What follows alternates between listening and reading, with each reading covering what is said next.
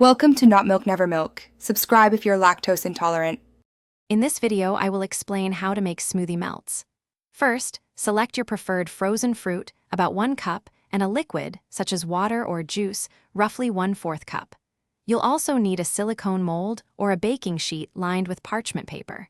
These simple ingredients and tools are all you need to begin creating delicious, healthy treats right in your own kitchen. Let's get started. Now, combine your frozen fruit and liquid in a blender. Process until the mixture is completely smooth with no chunks remaining. This might take a minute or two, depending on your blender's power. Once blended, carefully pour the smoothie mixture into your silicone molds or onto the parchment-lined tray. Try to fill each section evenly to ensure consistent melt sizes. Next, place your filled molds or tray into the freezer. Allow them to freeze for a minimum of 2 hours or until they are completely solid. This ensures they hold their shape perfectly.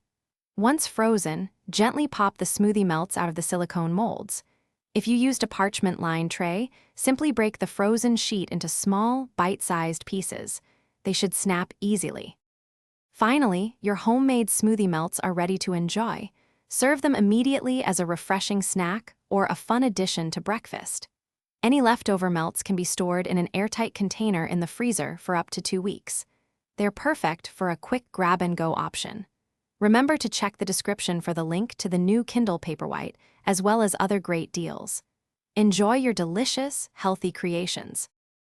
Thanks for watching. If this was helpful, leave a like and consider subscribing. See you next time.